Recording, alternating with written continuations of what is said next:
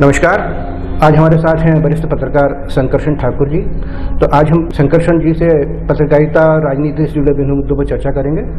ठाकुर साहब, आपका वेद दुनिया में स्वागत। नमस्कार। नमस्कार सर, आज के दौर में देखें तो एक शब्द बहुत प्रचलन में है जी, गोदी मीडिया।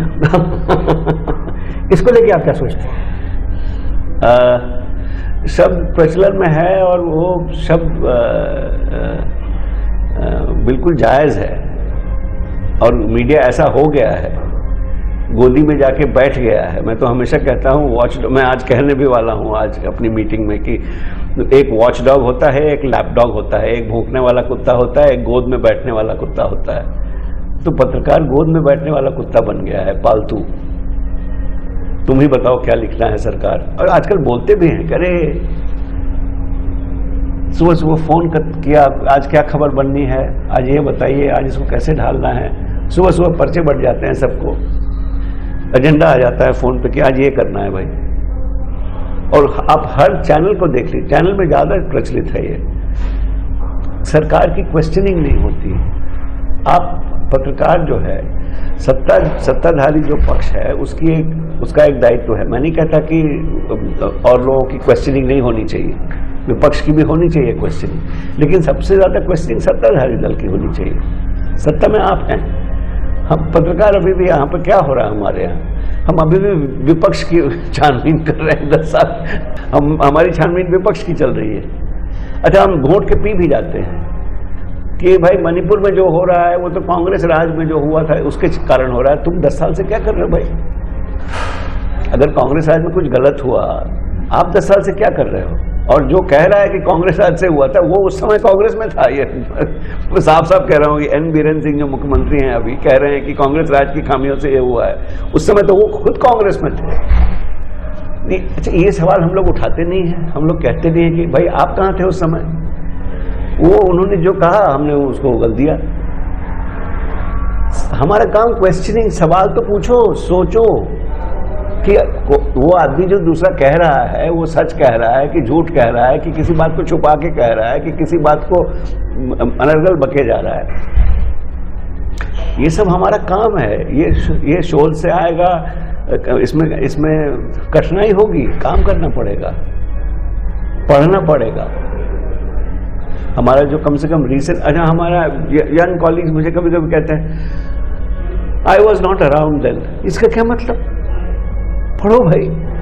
हम और आप थे क्या जब गांधी जी ने दांडी मार्च किया था? इसका मतलब ये थोड़ी हम आप कह सकते हैं कि हम तो थे नहीं, हमको पता ही नहीं क्या हुआ, या भगत सिंह ने क्या किया हमको पता ही नहीं, या नेहरू ने और वल्लभ भाई पटेल ने और इन लोगों ने क्या किया, कैसी जद्दोजहद हुई, 1942 की क्रांति, भारत छोड़ो क्रांति हुई, वो क्या हुआ। हम ये कह तो नहीं सकते ना कि हमको नहीं मालूम, हम तो थे ही नहीं, हम पहले ही नहीं हुए थे। संविधान, मुझे नहीं मालूम संविधान में क्या होता है, कि मैं था ही नहीं। ये एक्सक्यूज आजकल बहुत आम मिलेगा आपको पत्रकारों में। जाके पढ़ो, आजकल तो गूगल आ गया है। मैं आपको क्या बताऊं, एक समय था, मुझे चौधरी चरण सिंह स्वर्गीय पे एक कुछ लिखना था, तो उनकी उम्र चाहिए थी। हमारे यहाँ ऑफिस में राज्यसभा लोकसभा की डायरेक्टरी थी दिल्ली में, टेलीग्राफ के दफ्तर में। वो किसी ने गायब कर दी थी, वो मिली नहीं। मैं पत्रकारिता में आया था, कुछ पास वास, कुछ एक्रेडिटेशन क्या रहेगा, कुछ नहीं था। सिर्फ एक जगह चौधरी साहब की डेट ऑफ बर्थ मिल सकती थी, वो थी पार्लियामेंट लाइब्रेरी। पार्लियामेंट लाइब्रेरी में मैं कैसे जाऊं? फिर मेरे ब्यूरो चीफ थे उस समय स्वर्गीय केवल वर्मा, चलो उठो, जाओ किसी एमपी के पास जाओ, उससे फिर कागज़ बनवाओ, उससे पास बनवाओ। उसके बाद पास, उस समय एमपी लिख देता था तो पास बन जाता था टेम्परेरी, 1 दिन का 2 दिन का। मैं गया, एक एमपी साहब से मिला, उन्होंने उनसे बताया, पास लिया, फिर वहाँ पार्लियामेंट रिसेप्शन में जाके पास बनवाया, लाइब्रेरी गया। तब एक डेट ऑफ बर्थ के लिए मेहनत करनी पड़ती थी। आजकल आपको मेहनत करने की ज़रूरत नहीं है, फिर भी आप मेहनत करने को तैयार नहीं। इतना आसान हो गया है, इधर से इसने कहा वो, इसने कहा वो। नॉलेज बेस्ड जर्नलिज्म जो है, जितना ही आसान इंफॉर्मेशन का पाना हो गया है, उतना ही हम लोग इंफॉर्मेटिव कम हो गए। अच्छा, गोदी मीडिया में होना बहुत आसान है, एजेंडा ले लो, भों भों भों भों भों भों भों भों करते रहो, इससे उसको लड़ाते रहो, आज ये इसको लड़ाओ, इसको लाओ, इसको लड़ाओ, इसको लड़ाओ। खाली लड़ाई कराना हमारा काम हो गया क्या? सरकार को क्वेश्चन ही नहीं, जो वो एक सरकार बोले जा रही है उसको हम उगले जा रहे हैं, झूठ, अनाप शनाप।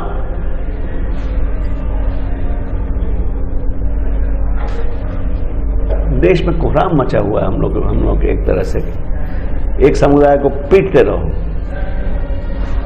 हिंदू मुसलमान, ये क्या है? हम लोग नहीं, आजकल हर आदमी। कल मुझे एक फ्लाइट में मिल गए थे सज्जन, वो मुझसे ऐसे ही चर्चा करने लगे और उनका पूरा, मैंने तो कुछ कहा नहीं, फ्लाइट में थोड़ा सा समय होता है, उनकी पूरी सोच ही यही थी, हिंदू ये कर रहा है तो मुसलमान वो करेगा, मुसलमान ये करेगा तो फिर हिंदू ये करेगा, फिर हिंदू का ऐसा रिएक्शन होगा, फिर मुसलमान ऐसा करेगा। मैं सोच के दंग रह गया कि यहाँ पे कोई हिंदुस्तानी भी है क्या, कोई इंसान भी है क्या, कोई आदमी भी है क्या? हमारी पहचान क्या है? पहले इंसान तो बन लो, फिर जो बनना हो, हिंदू बनना हो, मुसलमान बनना हो, सिख बनना हो, ईसाई बनना हो, आदमी है, इंसान बनने की कोशिश में है। ये मेरी डेफिनेशन है कि आप, मुझसे कोई पूछता है कि आप कौन हो, मैं कहता हूं आदमी हूं, इंसान बनने की चेष्टा में हूं, यही मेरी पहचान है। सर, बिहारी बंधुओं पर आपकी पुस्तक भी है जी जी। और बिहारी बंधु नीतीश जी, लालू जी इस बार फिर एक साथ हैं। तो क्या बताया जाए, वो कहानी अलग होते हैं, एक साथ होते हैं, अलग होते हैं। आपको क्या लगता है कि राजनीति में अब क्या कुछ इनके साथ आने से कुछ परिवर्तन आएगा? देखिए, सिर्फ सीटों का परिवर्तन आने से परिवर्तन नहीं आता, सिर्फ सत्ता में परिवर्तन आने से परिवर्तन नहीं आता। बिहार में एक बदलाव शुरू हुआ था नीतीश के पहले, जब पहले आए थे 5 साल तक, 2005 से हुआ था शुरू। लोगों की जिंदगी पे बदलाव आना चाहिए। कौन सी पार्टी कितनी सीट ले गई और ये पार्टी हार गई, वो पार्टी जीत गई, ये तो हमेशा चलता रहेगा। ये पार्टी जीती, वो पार्टी हारी, इसके होने से जिंदगी पे लोगों के क्या असर पड़ा, ये देखना चाहिए, वो बदलाव हमको देखना है। अभी सब पार्टियां, अभी आजकल की जो हालात है, वो सब पार्टियां सत्ता संभालने में लगी, किसी तरह से पावर में बने रहो भैया, किसी तरह पावर लेके करोगे क्या? कुछ करना है ना। तो देखिए, बिहार में जो हो रहा है, एक फिर से गठबंधन हुआ है। अब ये गठबंधन कई बार 2-3 बार टूट चुका है, 2-3 बार बना है, और इससे इस गठबंधन की जो क्रेडिबिलिटी है, इस पे कई लोगों को शक भी है। लेकिन एक अभी सशक्त गठबंधन है, और मेरा मानना है कि लोकतंत्र में सत्ता पक्ष तो होता ही है, लेकिन विपक्ष जो होता है उसको भी कुछ शक्ति होनी चाहिए, स्ट्रेंथ होनी चाहिए, तब सत्ता पक्ष सतर्क रहता है और कुछ काम करता है। तो विपक्ष का होना बहुत ज़रूरी है। तो मैं मानता हूं कि उस लिहाज से एक मजबूत गठबंधन अगर बिहार में है तो वो अच्छी बात है, तितर बितर नहीं है। कई राज्यों में तो विपक्ष है ही नहीं, राष्ट्रीय स्तर पर विपक्ष बिल्कुल तितर बितर बटा है विपक्ष, लेकिन बटा हुआ है। कोशिश है अभी कि हम लोग साथ आए, लेकिन मुझे तो देखते हैं क्या होता है, कैसे होता है, क्योंकि बहुत सारी शक्तियां हैं, काम कर रही हैं, और मैं इसमें बहुत ऑप्टिमिस्टिक नहीं हूं कि 1-to-1 फाइट हो पाएगी, जैसा कि कोशिश है, मुझे नहीं लगता हो पाएगी। लेकिन हाँ, as in principle, strong opposition is a good thing in a democracy. Sir, 2024 के लोकसभा चुनाव को किस तरह से देखते हैं? अभी जल्दी है कहना, हालांकि तैयारियां शुरू हो गई हैं। मुझे अभी भी लगता है एक पक्ष बहुत भारी है। अब विपक्ष अगर कुछ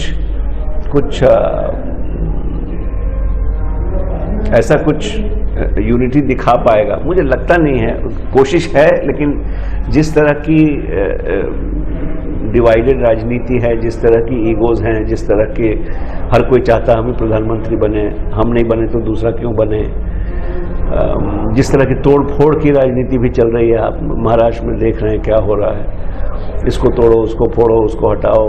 जिस तरह से सरकारी एजेंसियों का जो उपयोग होता है, जहाँ कोई लगा कि कोई बढ़ रहा है आपकी तरफ या आपकी मुखालफत मजबूती से कर रहा है, उसके पास ईडी भेज दिए, सीबीआई भेज दिया आपने। तो